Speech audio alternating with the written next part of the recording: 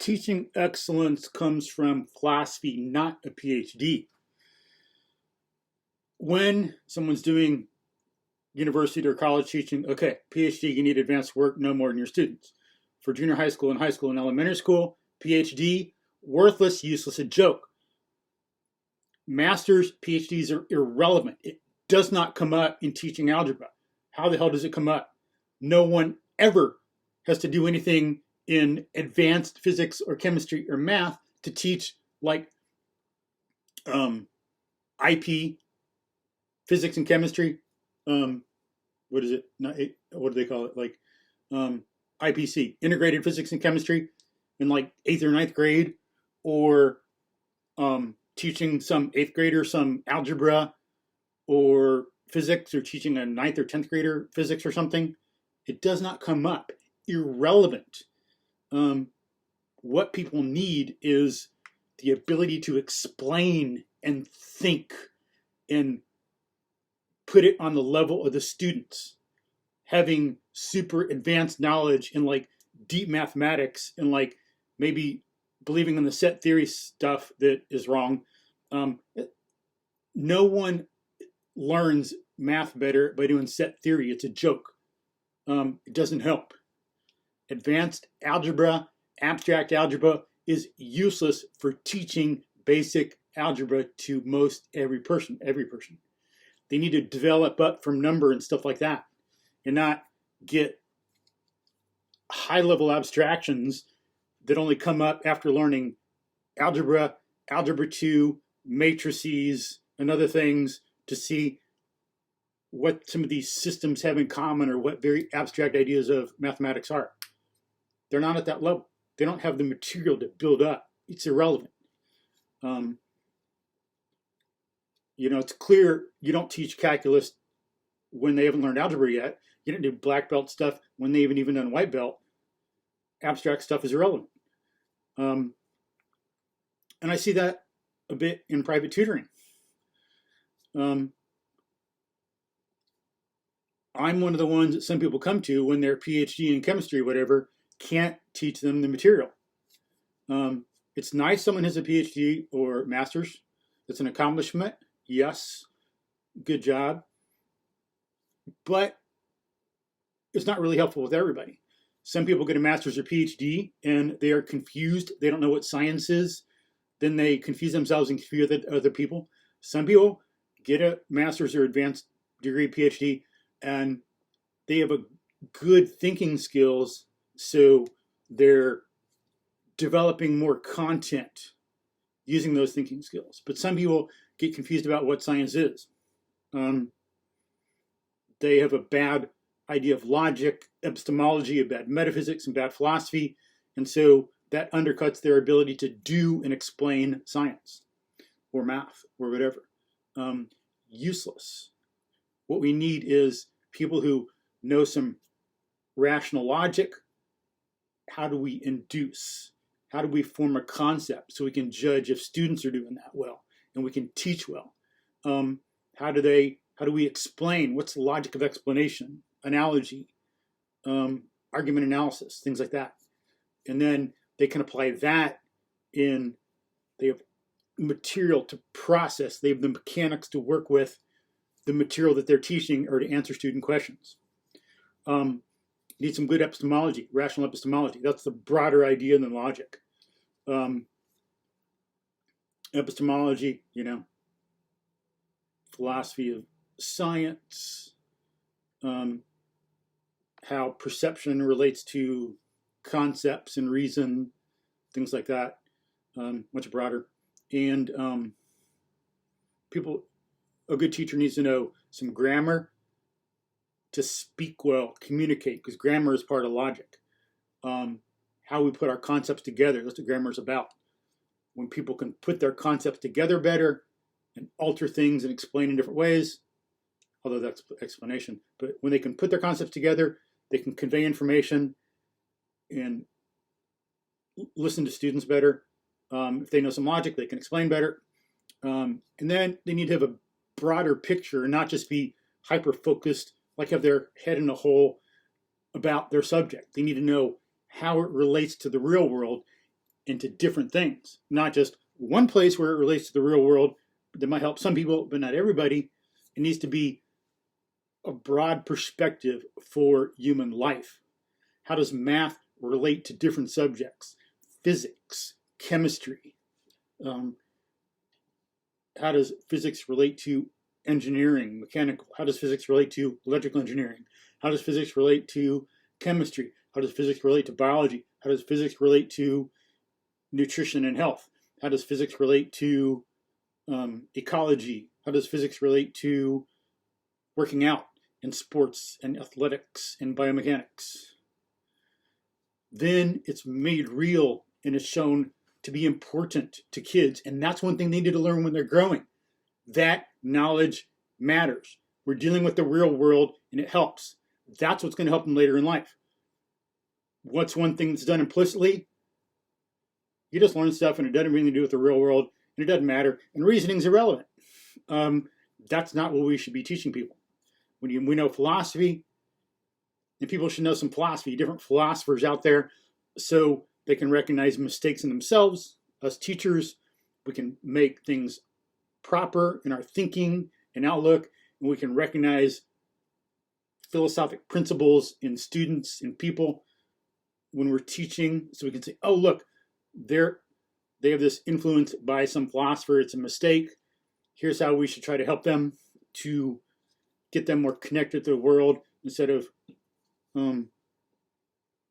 making the mistake. And of course, we got to offer it to them, not brainwashing, not forcing, but just trying to help them see what they believe, what a better view is, how to do things, how to help in the long run, all that. It's got to be their decision. Give them the knowledge to let them think for themselves. But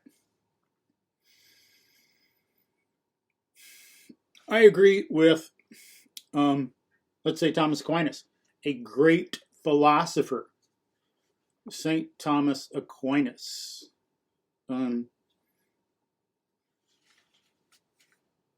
Did some good work on his own in formulating some things that Aristotle said. Maybe some points he formulated better than Aristotle. Not some of the fundamentals, of course, because Aristotle came up with those. But what we should do, as Aquinas says, quote, nothing is in the intellect that was not first in the senses, unquote. And Galileo agreed with that. He was influenced by Aristotle also. Quote, all human reasoning must be placed second to direct experience, unquote. There's advice we should follow. If someone out there thinks they are more informed, wise, better teachers, better thinkers than Aquinas, Aristotle, and Galileo, my condolences. Psychiatric help might be recommended.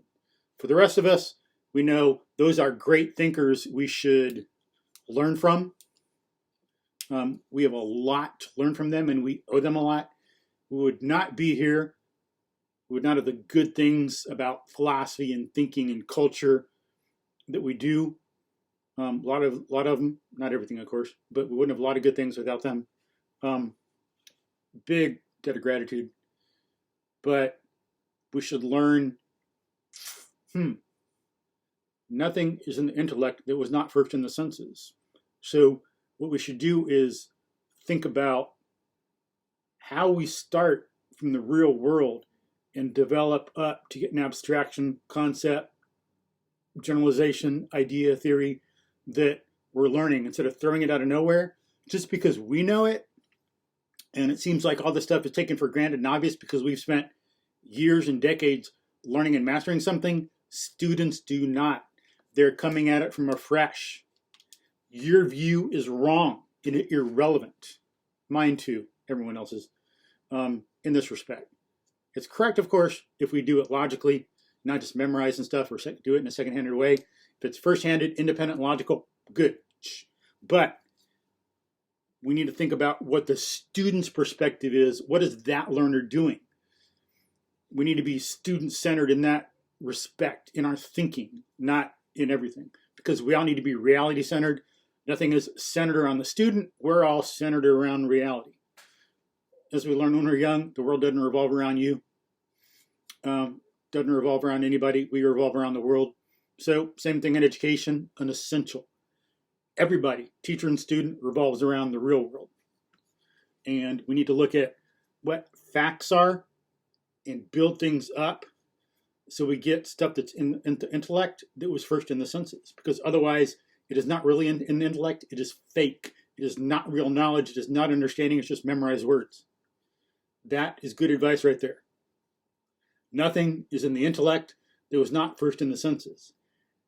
That is much more important than any PhD will ever be. When someone gets this idea, if they got that and didn't have a college degree, but understood a subject, I'd take that person over any PhD. Any PhD who can't think very well. Clearly, some people have PhDs and they're really good rational thinkers too, really founded in the real world and founded in facts and really grounded, but not enough art. And as we see here, I'll put these in the description field too. David Epstein, The Book Range, very big, good book, big as in bestseller. Quote, science students learn the facts of their specific field without understanding how science should work in order to draw true conclusions, unquote. Gundula Bosch, PhD, in the Department of Molecular Microbiology and Immunology at Johns Hopkins. And Arturo Casadevall, also there. Have a program at Johns Hopkins to help people think better because they know their PhD students were not thinking well.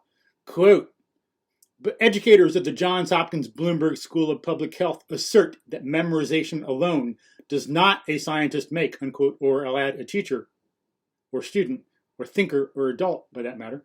Quote, above all, students, unquote, students at the school, PhD students, quote, above all, students must be critical, creative thinkers who are honest and responsible with data.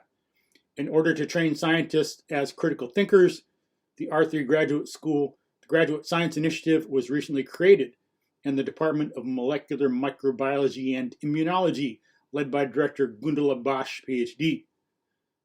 Another article, quote, for their part, Casadevall and Bosch write that science education reform, yes, unquote, science education reform.